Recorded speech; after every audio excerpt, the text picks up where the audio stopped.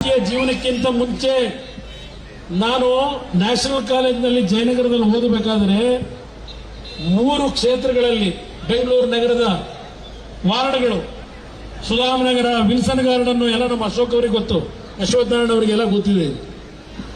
ಅಲ್ಲಿ 3 ಲಾರಿ ಇಟ್ಕೊಂಡು ಕಸ ತೆಗಿತಕ್ಕಂಥ ಕೆಲಸ ಮಾಡಿದ್ದು ಸತ್ಯ. ನಾನು ನೇರವಾಗಿ ಹೇಳ್ತೀನಿ, ದುಡಿಮೆ ಮಾಡಿದ್ದೇನೆ, ಸ್ವಂತ ಬೆವರು ಸುರಿಸಿ ದುಡಿಮೆ ಮಾಡಬೇಕು. ನಿಂತರ ನಾನು ಹೇಳ್ತೀನಿ, ಕನಕಪುರದ ಜನತೆಯನ್ನ ಎಷ್ಟು ದಲಿತ ಕುಟುಂಬಗಳನ್ನ ಹಾಳು ಮಾಡಿದ್ರಿ, ಎಷ್ಟು ದಲಿತ ಕುಟುಂಬಗಳನ್ನ ಹಾಳು ಮಾಡಿದ್ದೀರಿ. ಕನಕಪುರದಲ್ಲಿ ಯಾವ್ಯಾವ ಹಳ್ಳಿಗಳ ಪರಿಸ್ಥಿತಿಗಳನ್ನು ಏನು ಮಾಡಿದ್ರಿ, ಹಳ್ಳಿಯ ಹೆಣ್ಣು ಮಕ್ಕಳು ಯಾವ ರೀತಿ ಕಣ್ಣಲ್ಲಿ ನೀರು ಹಾಕಿದ್ದಾರೆ, ಇದೆಲ್ಲವನ್ನ ಗಮನಿಸಿದ್ದೇನೆ.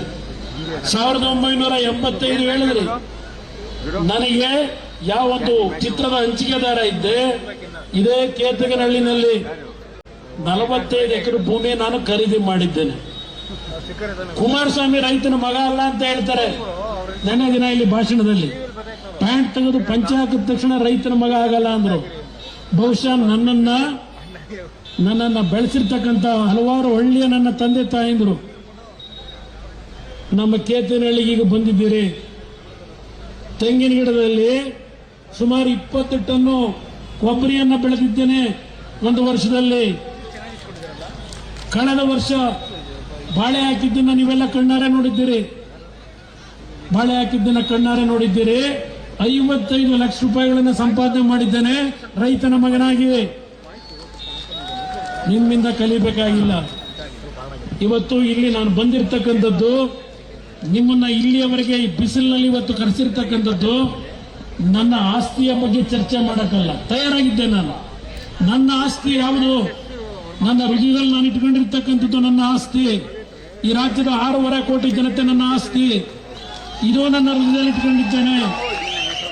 ನಾನು ನಿನ್ನೆ ಹೇಳ್ತಾ ಇದ್ದೆ, ಸದಾಶಿವನಗರದಲ್ಲಿ ಪೂರ್ಣ ಪ್ರಜ್ಞಾ ಶಾಲೆ ಪಕ್ಕದಲ್ಲಿ ಮಂತ್ರಿಗಳಾದ ಮೇಲೆ 5 ಜನ ವಿಧವಾ ತಾಯಂದರು, 5 ಜನ ವಿಧವಾ ತಾಯಂದರು. ಅವರ ತಂದೆ ಸರ್ಕಾರಿ ನೌಕರರಾಗಿದ್ರು. ಎಲ್ಲ ಮಕ್ಕಳಿಗೂ ಮದುವೆ ಮಾಡಿದ್ರು. ಅಲ್ಲಮ ವೀರಭದ್ರಪ್ಪ ಅವರು ಇನ್ನೂ ಬದುಕಿರಬೇಕು. ಅಲ್ಲಮ ವೀರಭದ್ರಪ್ಪ ಅವರು 2010ರಲ್ಲಿ ಆ 5 ತಾಯಂದ್ರ ಹತ್ರ ಒಂದು ಸೈಟನ್ನ ಸೇಲ್ ಅಗ್ರಿಮೆಂಟ್ ಮಾಡ್ಕೋತಾರೆ. ಆ ಸೈಟ್ಗೆ ಸಂಪೂರ್ಣ ದುಡ್ಡು ಕೊಡಲ್ಲ ಅಲ್ಲಮ ವೀರಭದ್ರಪ್ಪನವರು. ಹೆಸರನ್ನೇ ಹೇಳ್ತಾ ಇದ್ದೇನೆ ಇಲ್ಲಿ.